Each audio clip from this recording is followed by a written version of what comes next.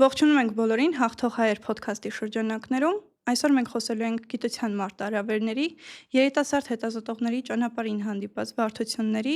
եւ այդ բարդությունների հանգուցալուծման մասին։ Այսօր մեր հյուրն է հնագետ հնամարդաբան Հասմիկ Սիմոնյանը։ Ողջույն Հասմիկ։ Ողջույն։ Ուզում եմ խոսենք հենց մասնագիտության մասին, թե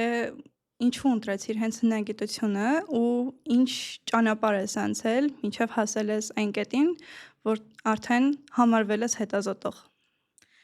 Հնագիտությունը երևի ինչ-որ միտեղ ընտրել եմ պատահաբար, որովհետև ես ինքս գիտակցված և իմ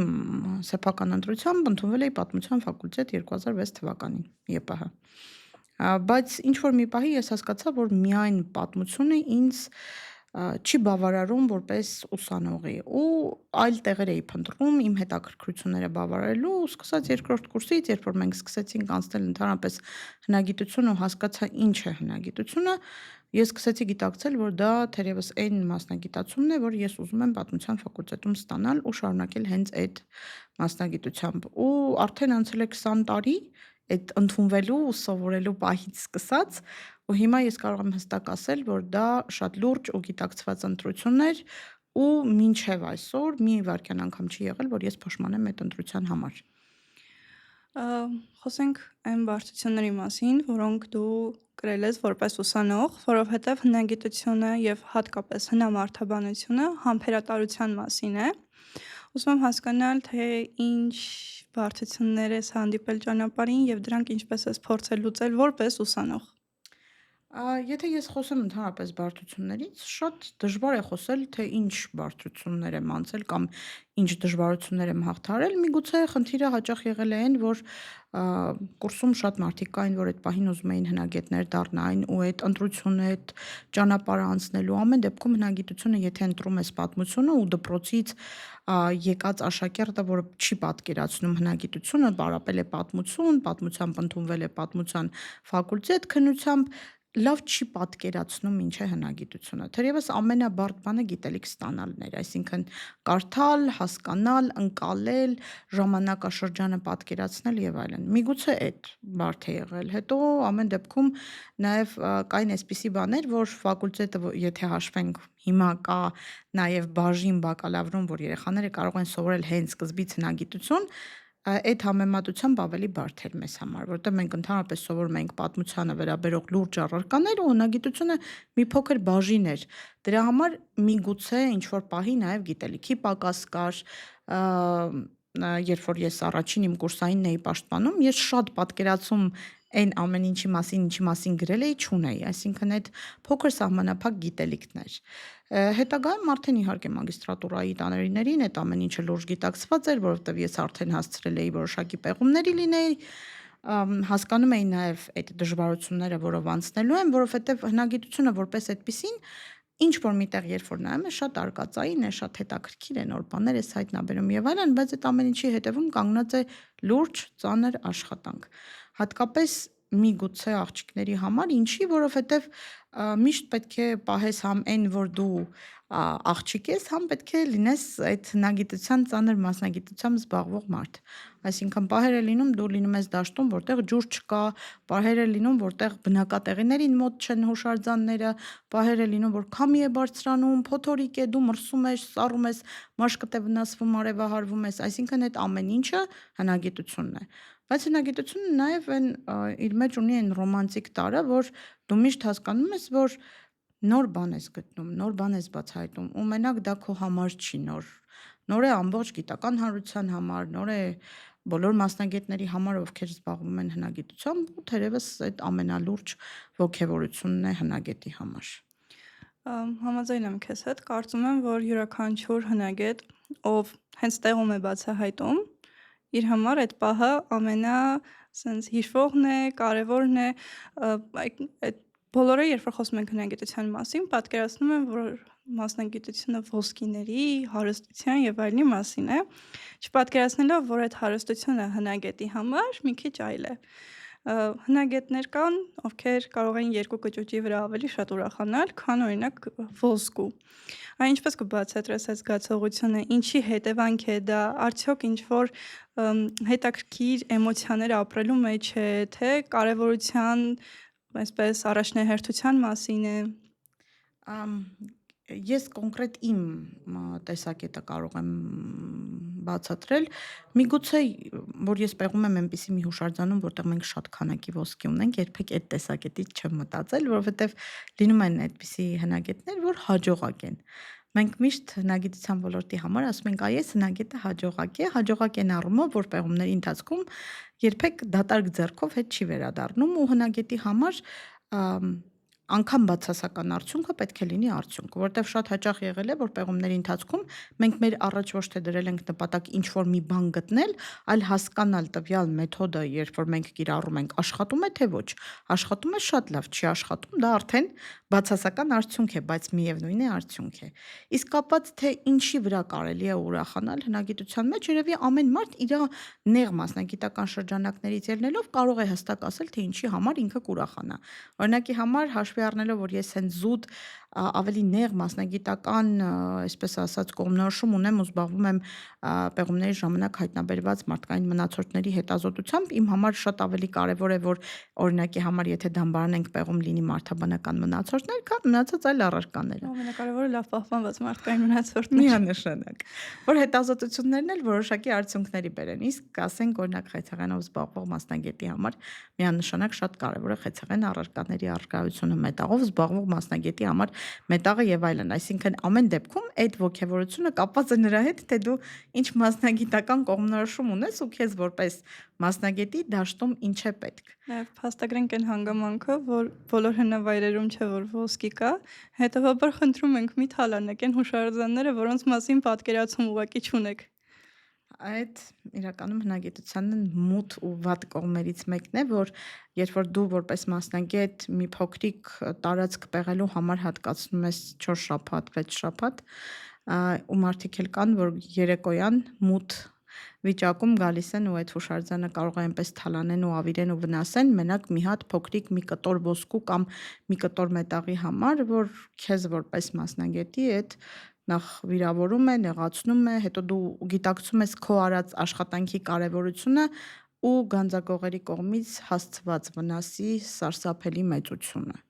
Այս է հենց մասնագիտությանից թվում է ամենամեծ մարտահրավերը ու խնդիրը, որին բախվում են երևի բոլոր հետազոտողները, հնագետները։ Ինչպես ես պատկերացնում, ինչպես կարելի է այդ ամեն ինչի դեմն առնել, գուցե հասարակությանը ինչ-որ ձևով իրազեկելով, գուցե այդ հատվածները, որտեղ պեղվում են հուշարձանները,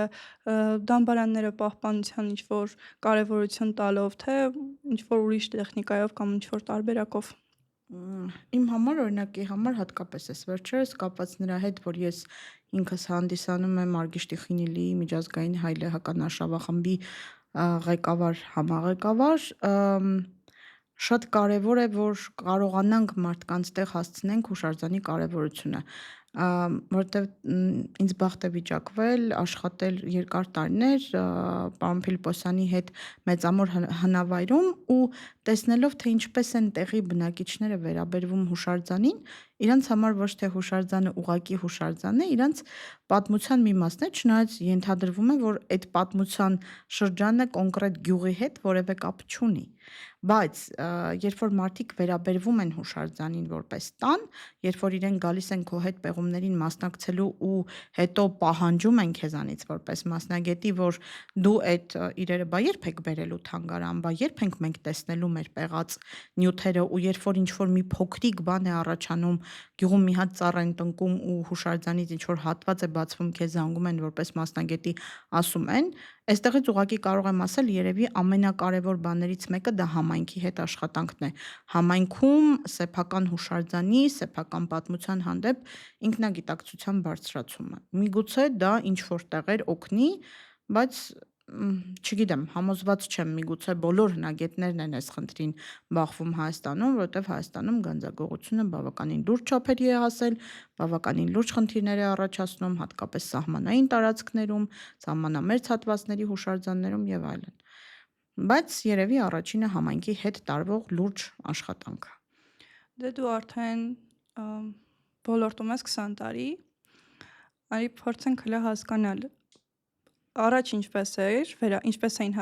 հասարակությանը հնարավոր էր լինում բացատրել,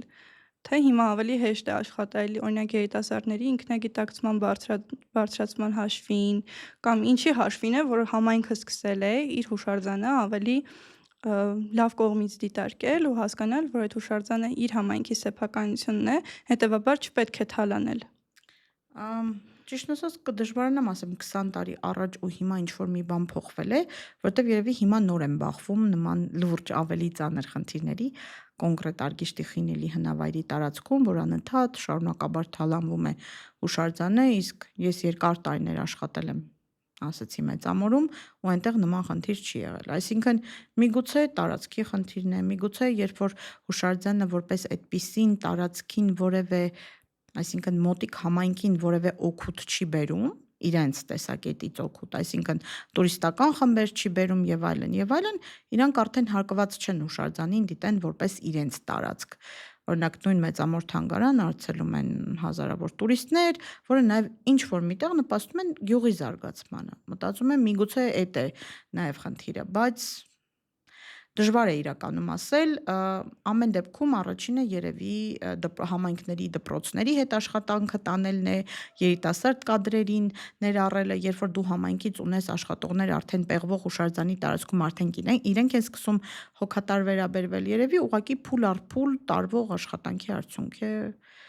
բայց էլի ասում եմ կդժվարանամ ասեմ, որովհետև ցանկացած հասարակության մեջ էլ կան այնպիսի մարդիկ, որոնց համար հուշարձանը որպես այդպիսին կարևոր չի, կարևորը այն օգուտն է, որը իրենք կարող են ստանալ այդ հուշարձանից, օրինակի համար։ Իսկ օրինակ ավելի շատ ըստ քեզ ում հետաքրքրության շրջանակներում են հայտնվում այդ հուշարձանները, ավելի շատ երիտասարդների, երեխաների գուցե, որտեղ երբեմն հնարավոր է այդպիսի դեպքեր ու ես լսել եմ այդպիսի դեպքերի մասին, երբ երեխաներն հենց իրենք են պատմել, այ թե ինչ են գտել հուշարձանի տարածքից, ոնց է այդ հետաքրքրությունը իրենց մեջ առաջանում, օրինակ ինչ պատճառով կարող ես մոտավորապես թեկուզ։ Դե եթե վերցնենք, որ հնագիտությունը միշտ արկած է իրանից ենթադրում, հողը բացել, տակը նայել, տեսնել ինչ կա, այս հետաքրքիր բանը կար, այս ինչը գտանք, երևի երեխաներին միշտ ավելի հեշտ է հետաքրքրելը։ Հետագայում նաև տարվող աշխատանքների միջոցով բացատրել, ներկայացնել պատմությունը, փորձել իրենց մեջ իրականում սեր առաջացնել դեպի պատմությունը, այդպիսի դեպքեր իրականում շատ են եղել, որ այդ տարիների ընթացքում երեխաներ են եկել են հուշարձան, հետաքրքրվել են, հետո ինչ որ մի ժամանակ հետո սկսել են հետաքրքրվել հնագիտությամբ ու նաև գնացել են դեպի այդ ոլորտ, հետազոտելու, սովորելու, ուսանելու եւ այլն։ Այնպես որ երևի թե ու հաշվի առնելով նաև ինչն է հիմա խնդիրը, որ շատացել են նման հաղորդումները, որոնք պատմում են հնագիտության մասին, մարդկանց մոտ հետաքրքրություն է առաջանում։ Երբ որ ես հիշում եմ իմ առաջին կուրսը, երբ որ ես գնացի պատմության ֆակուլտետ, անգամ մեկ հաղորդում հնագիտության մասին չկար։ Չկային մարդիկ, ովքեր մեզ դրա մասին կպատմեին, դրա կարևորության մասին կխոսեին, դրա համար մենք ինքներս լինելով երիտասարդ մասնագետներ փորձում ենք հետաքրքրություն առաջացնել հատկապես երիտասարդների շրջանում։ Օրինակ նախարարության հետ մի հատ հետաքրքիր ծրագիր էինք անում, որը կոչվում էր ընտրիր քո բացառիկ մասնագիտությունը, այսինքն երբ որ ուսանողը գալիս է, չգիտեմ, պատմության ֆակուլտետ, ինքը կարող է իմանալ, որ կա նման բաժին հնագիտություն ու ինքը կարող է այդտեղ ընդունվել։ Ու ինչ կարող է դառնալ, որովհետև երբ որ դու չես բացատրում նույն 10-րդ դասարանի կամ 12-րդ դասարանի աշակերտին, թե ինչ է հնագիտությունը, թերևս ինքը հնագիտություն ուղղակի չի ընտրի։ Օրինակ, հենց այդպիսի մի փորձառություն ես էլ եմ ունեցել ու կարողացա դրանք համեմատել, երբ աշակերտների հետ զրուցում ես դպրոցում, իրենց տարածքում, բացարձակ չկա հետաքրքրություն, բայց երբ այդ նույն աշակերտները գալիս են հնագիտության լաբորատորիա համալսարանի, մտնում են լաբորատորիա, սիրահարվում են մասնագիտությանը, որովհետև իրենք չեն պատկերացնում, թե ինչի մասին է հնագիտությունը։ Իրենց համար հնագիտությունը միայն սահմանափակվում է ինչ-որ ֆիլմերի պատկերացմամբ, երբեմն մեկու մեջ քեզ լսելով, գուցե, երբ որ գնում ես իրազեկման, Բայց երբ որ արդեն գալիս են, մտնում են միջավայր, տեսնում են, թե ովքեր են աշխատում ու հիմնականում ոգևորվում են, երբ որ տեսնում են լաբորատորիաներում երիտասարդ գիտնականների, հասկանում են, որ իրենք էլ հնարավորություն ունեն մտնել այդ դաշտ, աշխատել երիտասարդ գիտնականների հետ կամ ոչ միայն երիտասարդ, տեսնում են, որ իրենց սիրով են վերաբերվում իրենց ավագ չեմ կարող ասել գործընկերները, բայց այն ավագ մասնագետները, ովքեր իրենց ընդունում են, ճանապարհում են եւ այլն, ու նաև մեծ հետաքրքրություն է առաջացնում հենց մարդաբանական նյութը, որովհետև երբեմն հենց դպրոցականների պատկերացմամբ մարդաբանական նյութը պետք է սարքած լինի ինչ որ տենց առանձին չգիտեմ, պլաստմասայից եւ այլն, բայց երբ որ հասկանում են, որ դա իրական ոսկոր է, ու երբ որ մենք աշխատում ենք հենց իրական ոսկորի հետ, դիպչում ենք դրան, աշխատում ենք, իրենց համար այդ պատկերացումները մի քիչ sense սահմանափակ են լինում, ի սկզբանե, երբ որ գալիս են, իրենց համար դա նոր բացահայտում է։ Այ հետաքրքիր է, քեզ մոտ էլ է եղել այդ բացահայտումը մարդաբանական նյութի հետ կապված եւ որովհետեւ մի քիչ սպეციფիկ է այս առումով, ամեն մեկը չի որ կուզի աշխատի մարդաբանական նյութի հետ, որովհետեւ տարբեր պատկերացումներ են կազմում մարդիկ մարդաբանական նյութի մասին, այ կուզեմ խոսես մի քիչ ավելի նեղ մասնագիտացման մասին, թե ինչը քեզ դրդեց, որ դու սկսես սիրել հնամարդաբանությունը։ Հնամարդաբանություն սիրելը երևի կապված էր նախ նրա հետ, որ ես երբ որ բակալավրում պետք է արդեն դիպլոմային աշխատանքս գրեի, գրում էի թաղման ծեսի մասին։ Ու հետևաբար, նաև երբ որ արդեն պեղումներից ունեինք մարդաբանական նյութեր, կարիք կար այդ մարդաբանական նյութերը մշակելու։ Ու միգուցե նաև արդեն այդ պահին եկավ անհատների պահը, որովհետև ես գնացի լաբորատորիա, որտեղ պետք է աշխատեինք մարդաբանական նյութերի հետ, իմ գիտական ղեկավար Ռոզան Մկրտչյանի հետ, ու միգուցե նաև իր էնտուզիազմը բերեց նրան, որ ես հասկացա, որ կարելի է մի փոքր շեղվել այն ուղղությունից, որը ես արդեն ընտրել եմ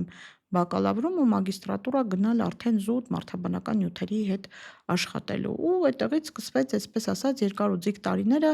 մարդաբանական նյութերի հետ աշխատելու, նոր մեթոդներ սովորելու, կրթվելու, ավելին իմանալու, ու նաև դա բերեց նրան, որ ես հասկացա, որ հնագիտությունը շատ ինձ հոգեհարազատ է մեկ, բայց ես ուզում եմ հասկանալ այն մարդուն, ով որ ստեղծել է այդ հնագիտական մշակույթները, ովքեր թողել են մեզ այդ հնագիտական լայն մշակույթները, որոնք մենք պեղում ենք, հանում ենք, բայց ով էր այն մարդը, որը որ թողել է մեզ այդ ամեն ինչը։ Ու այդ պահից երևի թե արդեն շատ ավելի կարևոր էր իմ համար աշխատել հնամարդաբանական նյութերի հետ։ Բացի այդ, նաև երբ որ դու ընդհանրապես հասկանում ես, որ քեզ չի բանում մարդաբանական նյութի հետ աշխատելը, որտեվ կան էտապներ, մենք ունենք ուսանողներ, որոնք անցնում են մի որոշակի էտապ ու գիտակցում են, որ դա իրանցը չի, որտեվ մարդաբանական նյութի հետ աշխատելուց դու անընդհատ պետք է վերանաս այն գաղափարից, որ դու աշխատում ես մարդու ոսկորի հետ ու դիտարկես որպես միջոց տվյալ մարդու մասին ինֆորմացիա ստանալու։ Հակառակ պարագայում դա բերում է ինչ-որ մի հոգեբանական վիճակի, որտեղ դու ուղղակի էլ չես կարողանում այդ նյութի հետ աշխատել։ Այ ես որպես ապագա հետազոտող կարող եմ այսպես ասել, որովհետև իմ գիտական թեման էլ է եղել հենց մարդաբանական նյութի հետ կապված աշխատանք, ինձ համար էլ է միշտ դժվար եղել առհասարակ իմ շրջապատին բացատրել, թե ինչու հենց հնամարդաբանություն եւ ինչու հենց մարդ։ Բայց ըստ իս ամենակարևորը հենց հասարակությանը մեր հասկանալու համար արժե հենց մարդու ուսումնասիրությամբ զբաղվել ու կապ չունի այդ մարդու մնացորդներն են մնացել միայն, որովհետև շատ դեպքերում հուշարձան, որտեղ չկա մարդաբանական նյութ, չկա պատմություն առհասարակ, որովհետև հենց մարդաբանական նյութն է ըստ իս տալիս այն տվյալները, որոնք մեզ պետք են հետագայում եւ մենք հասկանում ենք, թե այդ հուշարձանում ովքեր են ապրել։ Մարդաբանական նյութը շատ ինֆորմատիվ է այս տեսանկյունից ու երբ որ դու կարողանում ես քո գոնե շրջապատին, ովքեր օրինակ ակադեմիական միջավայրում չեն կամ քո բնագավառից չեն, բացատրել թե ինչու հնամարդաբանություն, ինձ թվում է դա արդեն մեծ հաղթանակ է, որովհետև մեկը ինչ որ պահի մարդիկ ասում են դե լավ, դե դու էլ հոչ ասեցիր, ինչ պետքա դատա քեզ։ Բայց երբ որ խորանում ես այս մասնագիտության մեջ, իրոք սիրահարվում ես ու համաձայն եմ նաև, որ Տիկին Մկրտչյանի ավանդը այս գործում էլի շատ մեծ է, որովհետև հենց իր շնորհիվ է, որ ուսանողները գոնե թե այն փոքր խումբը, որ այսօր զբաղվում է հնամարդաբանությամբ, հետաքրքրվում է հենց իր շնորհիվ։ Օրինակ նաև կուզեմ խոսել, թե արդեն որպես հնամարդաբան ինչ խնդիրների առաջ ես կանգնում, թեկուզ հնամարդաբանական նյութի հետ աշխատելուց սկսած, որովհետև իրականում դա ևս հեշտ չէ, դրա արխիվացման հետ կապված ինչ խնդիրներ են առաջանում, ինչ մարտահրավերներ ես դու ընդունում որպես հետազոտող եւ ինչպես ես այդ մարտահրավերներին արձագանքում։ Ամ, Մարդաբանական նյութի հետ աշխատելը մի կողմից ինձ շատ հետաքրքիր է, մի կողմից մի փոքր բարդ, որովհետև միշտ չի, որ դու ունես մեկ ամբողջական նյութեր ոսկրաբանական, միշտ չի, որ լավ են պահպանվում, հետևաբար այդ ամեն ինչը նաև արխիվացնելու, այսինքն ֆոնդավորելու լրջագույն խնդիր կա, ու նաև կա որպես այդպիսին մարդաբանական լաբորատորիաների ստեղծման անհրաժեշտություն եւ այլն։ Հիմա օրինակի համար կոնկրետ ես աշխատում եմ վերականգնման լաբորատորիայի հետ համատեղ պատմամշակութային արգելոց թանգարանների եւ պատմական միջավայրի պահպանության ծառայության պոակում, որտեղ ինձ հնարավորություն է ընձեռնվում այդ մարդաբանական նյութերը մաքրել, լվանալ, ամրակայել, վերականգնել որոշ պարագաներում ու նաև ֆոնդավորել, որովհետև կոնկրետ պահպանության ծառայությունում կան մարդաբանության ֆոնդեր։ Երևի մյուս կարևոր խնդիրը դա նա է, որ միշտ չի, որ մարդաբանական նյութը ընդհանրապես ֆոնդավորվում է կամ ֆոնդավորվել է։ Օրինակի համար սովետական տարիներին լուրջ խնդիր էր դրված, որ մարդաբանական նյութը գալիս է լուծելու կոնկրետ հարցեր, այսինքն էթնիկական մարդաբանության հարցեր, որտեղ կարիք չկար պահպանելու ամբողջական կմախքը։ Դրա համար շատ հաճախ մարդաբանական կոլեկցիաները բաղկացած են զուտ գանգերից։ Այստեղ արդեն իսկ կորուսված է լրջագույն ինֆորմացիա։ Հիմա կոնկրետ այս պահին մենք պահպանում ենք եւ ֆոնդավորում ենք անգամ ամենափոքր, ամենամանր կոտրված բեկորային ոսկորը, սկսած ոտնաթաթի ոսկորներից մինչև գանգ։ Այսինքն ամբողջական կմախքի պահպանության մասին է խոսքը գնում։ Բացի այդ, նաև կա մի ուրիշ խնդիր, քրիստոնեական թաղումների խնդիրներն են, որ Հայաստանի տարածքում շատ հաճախ, երբ որ պեղվում են քրիստոնեական թաղումներ, եկեղեցու հետ համաձայնություն է ձեռք բերվում այդ թաղումները վերաթաղելու։ Ինչ որ մի տեսակետից, կրոնական տեսակետից, միգուցե դա ճիշտ է, բայց գիտությունը նման պարագաներում զարգանալ չի կարող, որովհետև եթե հաշվի առնենք, որ ճիշտ է զարգացած միջնադարի մասին խոսելուց կամ ուշ միջնադարի մասին խոսելուց մենք արդեն ունենք լուրջ գրավոր սկզբնաղբյուրներ եւ այլն, բայց միշտ չի, որ այդ սկզբնաղբյուրները լրացնում են օրինակ միջնադարի բացը։ Այսինքն ոնց է կոնկրետ մարդը ապրել, ինչ համաճարակներ են եղել, ինչի արդյունքում մարդը կարող էր մահանալ, արդյոք ծանր կյանքով է ապրել, թե համեմատաբար ավելի թեթև կյանքով է ապրել, կարող ենք արդյոք համեմատել հասարակության տարբեր խավերին իրար հետ, տեսնել օրինակի համար սոցիալական շերտավորում, որի արդյունքները միանշանակ երևում են ոսկորների վրա եւ այլն, այսինքն ամեն դեպքում մարդաբանական նյութը կգա լրացնելու որոշակի բացեր։ Բայց անգամ այդ պարագայում հնարավոր է լինում հետազոտել, ուսումնասիրել, հետո նոր գալ նրան, որ այդ մարդաբանական ոսկորները վերաթաղվեն, որովհետև շատ հաճախ եկեղեցու կողմից հատկապես իրականացված պեղումներում դա դրվում է որպես առաջնային հարց։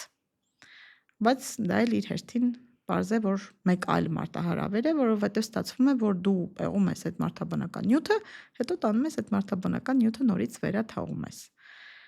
Այսպիսի բաներ։ Այսինքն արդեն հետագա հետազոտողի համար, ով եւս զբաղվելու է այդ մարտաբանական նյութին, արդեն չկա հետազոտելու նյութ։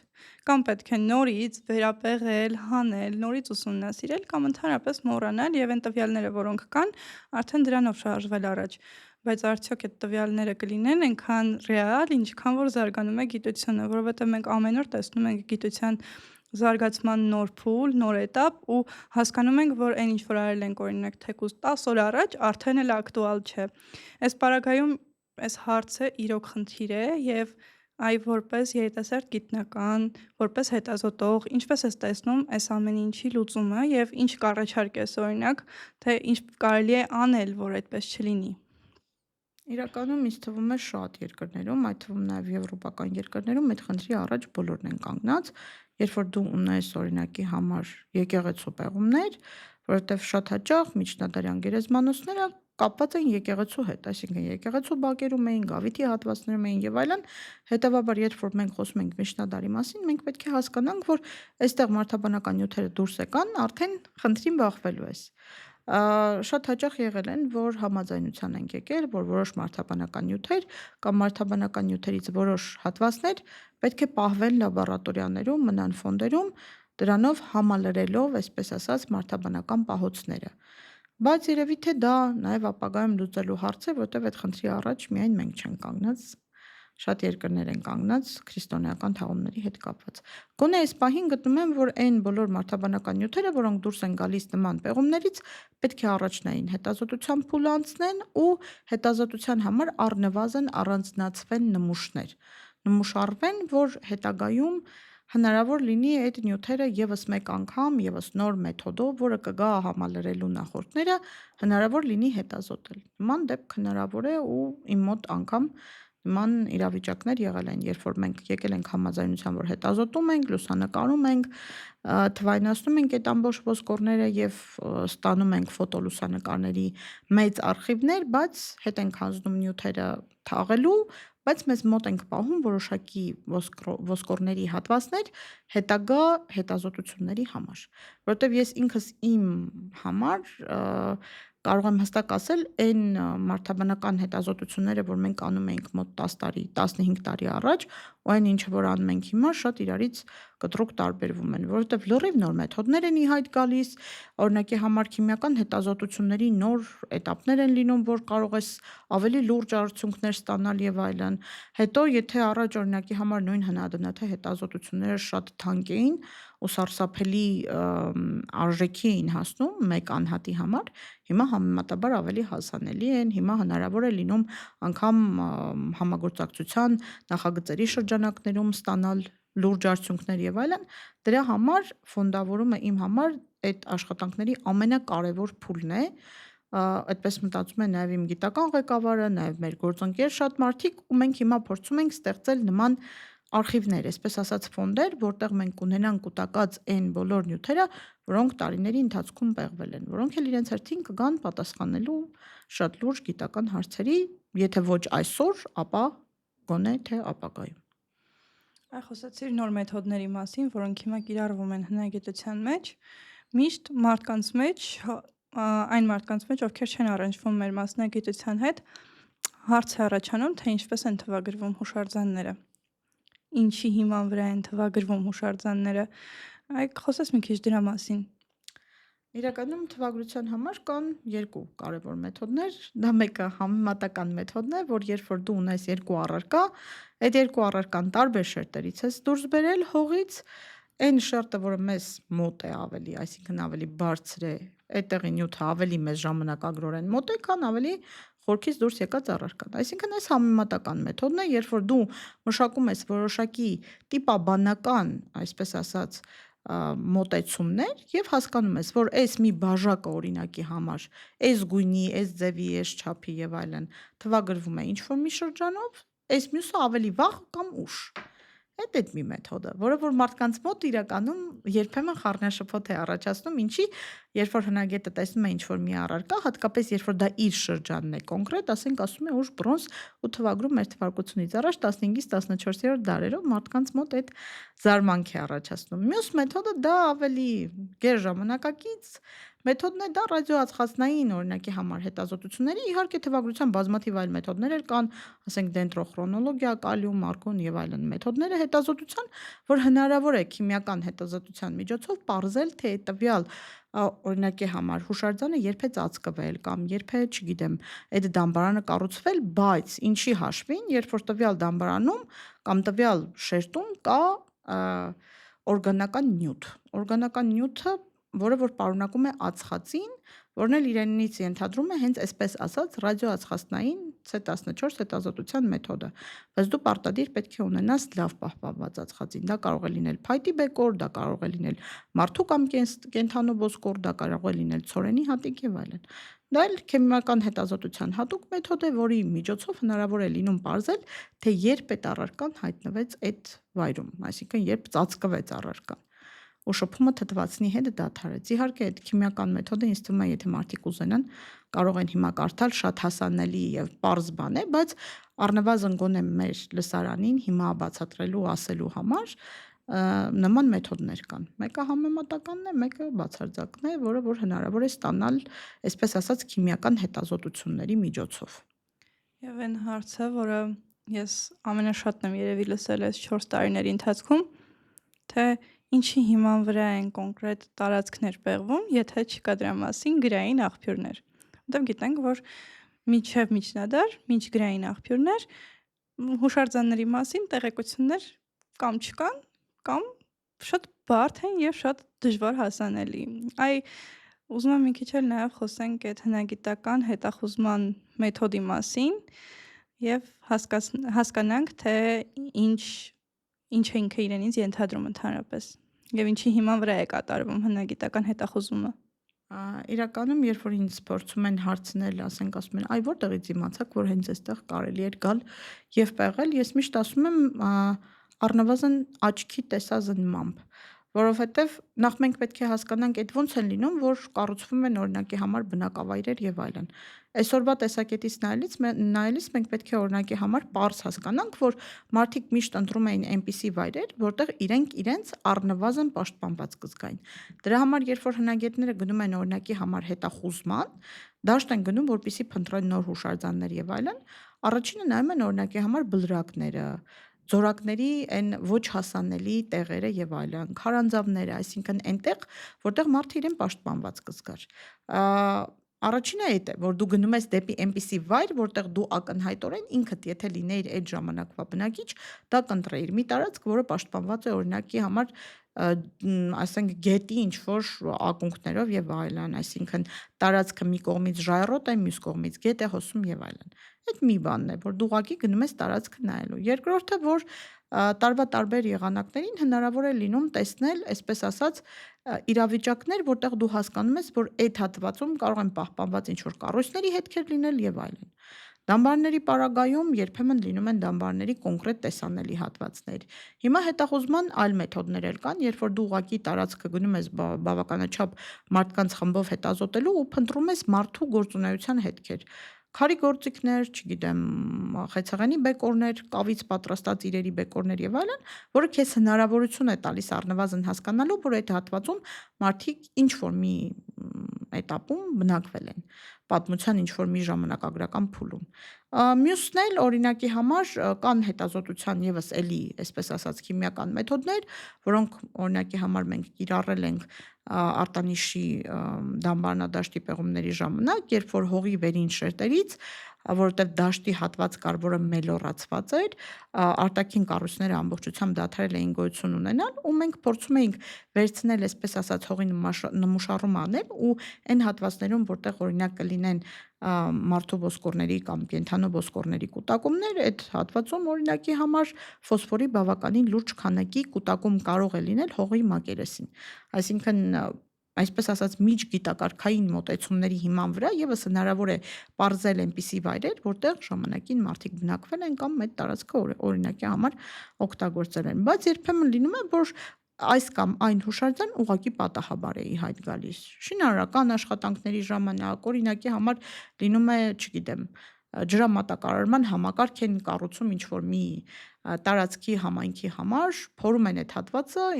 բացվում է ինչ որ մի հատ հուշարձան, որը մինչև այդ հայտնի չէր եւ այլն։ Կամ օրինակի համար գտնում են մի արձանագրություն ու այդ արձանագրության հիման վրա արդեն բարձ է դառնում հուշարձանի տեղը եւ այլն։ Այսինքն երբեմն դա ուղղակի պատահական, այսպես ասած, բացահայտում է շատ հաճախ ավելի մարդու կողմից ուղղորդված մասնագետների խմբի միջոցով հուշարձանի բացահայտում։ Ինձ թվում է ամենակարևորը այստեղ նշելն է այն, որ հնագիտությունը սահմանափակ գիտություն չէ եւ այս գիտությամբ այնպես չէ, որ զբաղվում են միայն հնագետները։ Այս միջգիտակարգային մասնագիտություն է, որտեղ կարելի է տեսնել երևի թե համարյա բոլոր բնագավառներից գիտության ներկայացուցիչների, ճարտարապետների, աշխարհագրագետների, ովքեր ավարտել են կոնկրետ ինչ-որ բաժիններ, որոնք կարող են կապված լինեն հնագիտության հետ եւ այլն։ Իսկ թվում է այստեղ եւս դա կարևոր հանգամանք է նշելու, որովհետեւ եթե դու հետաքրքրված ես մասնագիտությամբ, բայց քո մասնագիտությունը կոնկրետ հնագիտություն չէ, կարող ես գտնել այն հատվածը, որ հնագիտություն է եւ քո մասնագիտությունը հարում են մեկը մյուսին եւ դառնալ հետազոտող ես բնագավառում։ Այ օրինակ ինձ հետաքրքիր է քո շրջապատում, դու նման մարդկանց հետ աշխատում ես, առնչվում ես, թե ոչ։ Իրականում հիմա ոլորտում շատ են ավելացել, այսպես ասած, միջգիտակարգային մասնագետները, կոնկրետ այս ընթացքում մենք աշխատում ենք քիմիկների հետ, ովքեր զբաղվում են քիմիական մետաղով, որը որ հնում է ստեղծվել։ Այսինքն հիմա կոնկրետ աշխատում ենք անագի, այսպես ասած, գտածոների վրա, որոնք հայտնաբերվել են Մեծամորի հնավայրից, բայց այն մասնագետները, ովքեր եկել են, ում հետ մենք աշխատում ենք, առաջին մասնագիտությամբ քիմիկներ են, որովհետև մենք որպես հնագետներ մի քիչ եթե վերցնենք, որ մեծ մասը հումանիտար գիտությունից են եկել դեպի հնագիտություն, պատմություն, ապա հնագիտություն,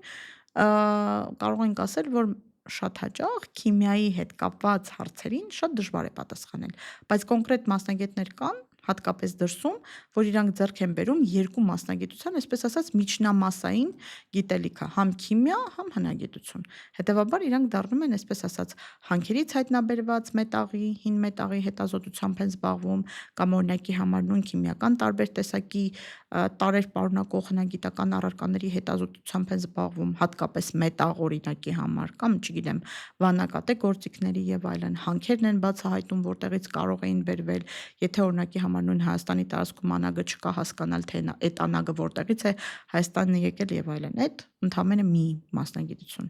Կան նաեւ օրինակի համար, չգիտեմ, կենսաբանության ֆակուլտետը ավարտած մասնագետներ, որոնք գալիս են դառնում են հնակենդանաբաններ, հնաբուսաբաններ, այսինքն իրենց մի ստացած մասնագիտությունը կապելով հնագիտության հետ, հնագիտության ոլորտի համար լրջագույն բացահայտումներ են անում,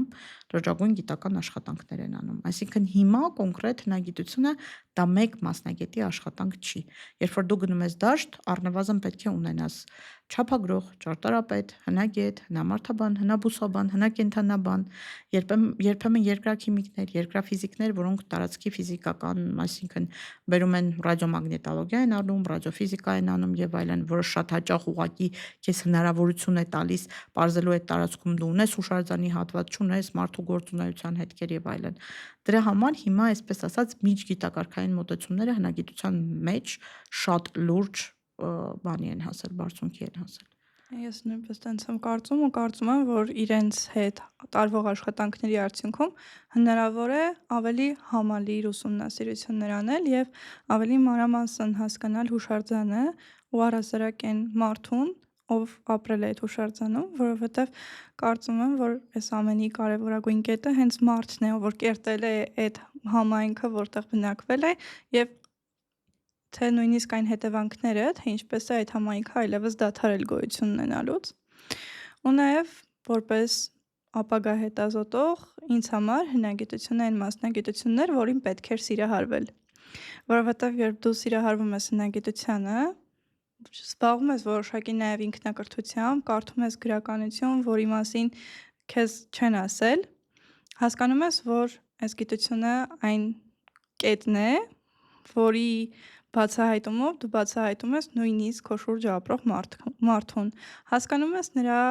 չգիտեմ, այն որ նրա հետ կապված ամեն ինչ, ինչ հնարավոր է լինում։ Դե քո փորձը իմ տարիքի համարժեք է նաև ինչ որ չափով ու հետաքրքիր է քեզ մոտ եւս եղել են իմ տարիքում նմանատիպ զգացողություններ, երբ դու նայել ես մարդուն ու պատկերացրել, թե ինչի է այդպես անում։ Դժվար եմ հիմա ասել, թե այդ տարիքում ես ինչպես էի ամեն ինչին վերաբերվում, հիմա երևի ուղղակի շատ հարցեր իմ համար մոռացության են մատնվել ու մնացել են, ես միշտ պահել եմ դրականը, չգիտեմ, ամեն ինչի մեջ, ինչից անցել եմ, ինչից դուրս եմ եկել, փորձել եմ հետո միայն դրական լավ բաները պահել։ Շատ հաճախ չի, որ ես փորձում եմ մարդաբանությամբ շատ բաներ իմ համար գոնե թե բացահայտել, բայց այն, որ մասնագիտությունը պետք է սիրել, իմ համար ամենակարևոր կետերից մեկն է, ու երբ որ ես ուսանողներին կարդում եմ դասախոսություն, ես իրանց միշտ ասում եմ, գիտեք, այն որ դու առավոտյան արտանում ես, տանից դուրս ես գալիս, գնում ես աշխատանքի վայր ու դա անում ես մեծագույն հաճույքով, արդեն քո հաղթանակն է։ Իմ համար ամեն օր այդպես է, կարևոր չի ես կգնամ համալսարան դասախոսության, ես կգնամ լաբորատորիա նյութի հետ աշխատելու, թե կգնամ դաշտ, որտեղ ես ինչ-որ նոր բացահայտում եմ անելու, կամ անգամ եթե չեմ անելու, միևնույն է ես դա անում եմ մեծագույն հաճույքով։ Դրա համար միշտ ասում եմ, մասնագիտություն ընտրելիս եղեք միշտ այսպես, ընտրեմ մի բան, որին ես միշտ սիրահարված կլինեմ։ Այսինքն ես դա կանեմ մեծագույն հաճույքով, հետևաբար ոչ մի վայրկյան անգամ չես կասկածի, որ ճիշտ ընտրություն ես արել։ Օրինակ ինձ համար էլ է դա ամենակարևորը եղել ու նույնիսկ դե բնականաբար լինում են մարդկանց կյանքում, երբ մարդիկ ուղղակի հիասթափվում են իրենց մասնագիտությունից։ Օրինակ իմ կյանքում այս 4 տարվա մեջ ոչինչ չի փոխվել իմ մասնագիտության ընտրության հարցում ու ոչ մի վայրկյան չեմ զգացել, որ փոշմանել եմ կամ հիասթափվել եմ։ Ինձ թվում է դա նաև էլի անհատական այսպես զգացողություն է, բայց կարծում եմ նաև, որ շատ-շատ կապված է, թե ինչ միջավայրում դու կսովորես այդ մասնագիտությունը։ Օրինակ մեր մասնագիտության մեջ ես միշտ ասում եմ դա ու հպարտությամբ եմ ասում, չկան վատ մարդիկ։ Դա ինձ թվում է ըստ իս մարդու ամենօրյա շփումն է բնության հետ, որովհետև երբեմն են տեսարաններում, որտեղ մարդը աշխատում է, հնագետը աշխատում է, միայն իրեն բավական է, որ ժպիտ պարգևի։ Այ օրինակ հենց դա էլ ըստ իս կարևոր է, թե դու ինչ միջավայրում կաշխատես, ինչ միջավայրում կսովորես եւ արդյոք դա քեզ ինչի կբերի։ Ինձ նաև հետաքրքիր է, թե դու ինչ խորհուրդ կտաս այն մարդկանց, ովքեր ուզում են ընտրել այս մասնագիտությունը կամ արդեն ընտրել են, բայց ինչ-որ երկմտանքի առաջ են կանգնել կամ պատրաստվում են ինչ-որ փուլից հետո գալ դեպի հնագիտություն։ Ինչ խորհուրդ կտաս այդ մարդկանց։ Ա, Իրականում հնագիտությունը իմ համար այդ ինքդ պետք է գիտակցես, որ դա դու ուզում ես դրանով զբաղվել։ Ինչքան էլ կողքից քեզ ոգևորեն կամ ընդհակառակ ասեն, չէ, սա բարդ տեղ է, ես միշտ ասում եմ, հնագիտության մեջ կան համ դրական տեղերը, համ կան բացասական։ Այսինքն միշտ չի, որ հնագիտությունը իմ համար եղել է դրական, չէ, բայց ինձ թվում է բոլոր մասնագիտությունների մեջ է այդպես։ Դրա համար, երբ որ դուք կընտրեք ով ուզում է լինի, ուսանողների մեջ հատկապես, ովքեր գալիս են պատմության ֆակուլտետ սովորելու հենց հնագիտություն ազգագրության բաժնում, ես միշտ եմ ասում եմ դուք ընտրեք խելքով, բայց նաև սրտով։ Այսինքն գիտակցելով, որ դուք ուզում եք դրանով զբաղվել, բայց դա պետք է սիրեք։ Հնագիտությունը իմ համար միայն այս պարագայում սիրելու վրա է, որովհետև հնագիտությունը իր մեջ ունի բարդ կետեր, էլի եմ ասում, դաշտը հեշտ չի։ Երբ որ դու գնում ես դաշտ, միշտ կանգնում ես ինչ-որ մարտահրավերների առաջ։ Մի օր քամի է, մի օր անձրև է, մի օր սարսափելի ցուրտ է, եղել է որ ձմռանն ենք պեղել, եղել է որ ուղակի սառում էինք, էլի վիճակի չէինք պեղել, եղել է հողը սառցակալած է եղել է ինչ-որ կենդանիներ են եղել, որ մեր, չգիտեմ, խմբի անդամներից որոշները ուղակի վախեցել են, մտնել այդ հատվածը, այդ հատվածում պեղել, օձեր, կարիճներ, չգիտեմ, այնպիսի բաներ, որ անընդհատ քեզ քո մոտ հարց է առաջացնում, լավ, ինչի է կա այս ոլորտ, ինչին է սա պետք, բայց հետո գալիս է դրա հակառակ կողմը, երբ որ դու տեսնում ես, որ քո ձեռքերով հողից ազատում ես պատմությունը, այսինքն պատմության եւս մի դետալ քո միջոցով պարզ է դառնում։ Այսինքն այս դրականի ու բացասականի շատ սիրուն համադրությունը սիրելը ամենակարևորն է։ Սիրում ես, ուրեմն պետք է զբաղվես այդ Օրինակ իմ գիտությամբ։ մեջ միշտ այնպիսի զգացողություն է, որ հնագիտությունը գալիս է լրացնելու մնացած այլ գիտություններին,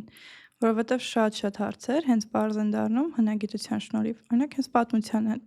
հետ առնչվող հարցերը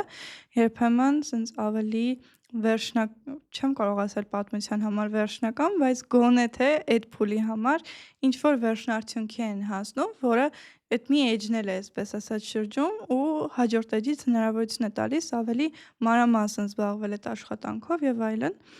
Կարծում եմ այս պարագայում, եթե մարդ սիրում է,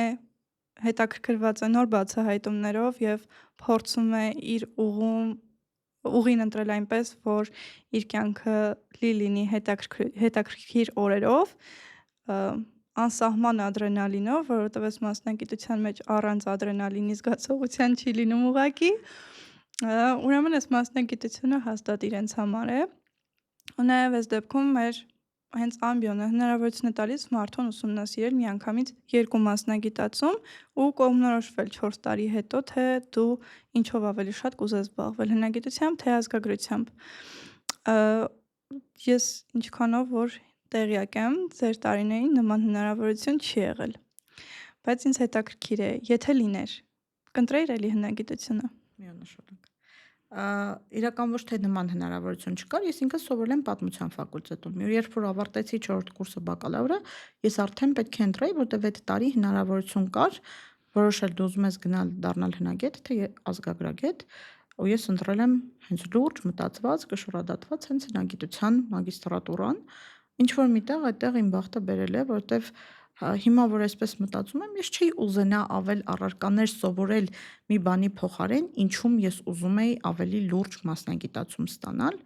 ու ես, չգիտեմ, անընդհատ եմ հիշում, որ մագիստրատուրայի տարիները իմ համար շատ լուրջ տարիներ են եղել, գիտությամբ ավելի խորը զբաղվելու, թե պեղումներին մասնակցելով, թե հասկանալու, որ ես իրոք ուզում եմ դրանով շարունակել։ Հետո արդեն ասպիրանտուրան արդեն շատ նեղ մասնագիտական ընտրությամբ կատարած հստակ որոշում էր, որից էլի եմ ասում, ես միշտ մտածում եմ, որ ես շատ ճիշտ որոշում եմ կայացրել։ Իրականում ես շատ ուրախ եմ, որ դու այս մասնագիտության մեջ ես, ոգևորում եւ դրական էմոցիաներ ես տալիս ուսանողներին, որոնցից մեկը նաև եղել եմ ես, ու ինձ համար շատ կարևոր է եղել այն ամենը, ինչ որ ես լսել եմ քեզնից, որովհետև եւ գիտելիքը եւ փորձը այստեղ միաժամանակ միատեղվում են ու այն մարդուն, ով չի եղել դաշտում դեռ, մեծ գիտելիքների պաշար են տալիս։ Այն ինֆորմացիան, որը մենք ստանում ենք ամեն օր դաշտում աշխատող մասնագետից, ավելի կարևոր է, ինձ թվում է, ավելի առաջնային է ու կարծում եմ, որ այն գիտելիքը, որը տալիս է մարդ, ով որ ամեն օր աշխատում է ոլորտում ու ամեն օր ինքնակրթությամբ է զբաղվում, ամեն օր ավելի նոր բացահայտումների առաջ է կանգնում, միշտ ավելի այսպես ամուր են այդ գիտելիքի հիմքերը ու ավելի խորն են այդ գիտելիքի հիմքերը։ Ուրախ էի, որ ընդունեցիր հրավերը մեր եւ այս ոդքասթը տեղի ունեցավ, որովհետեւ կարծում եմ, որ շատ բաց տեղեր լրացվեցին այս ինֆորմացիայի շնորհիվ։ Կարծում եմ, որ այս թողարկումը կարելի է համարել ստացված։ Հետևեք մեզ, հետևեք մեր էջին եւ կհանդիպենք հաջորդ թողարկմանը։ Ստացիոն։ Ցտեսություն։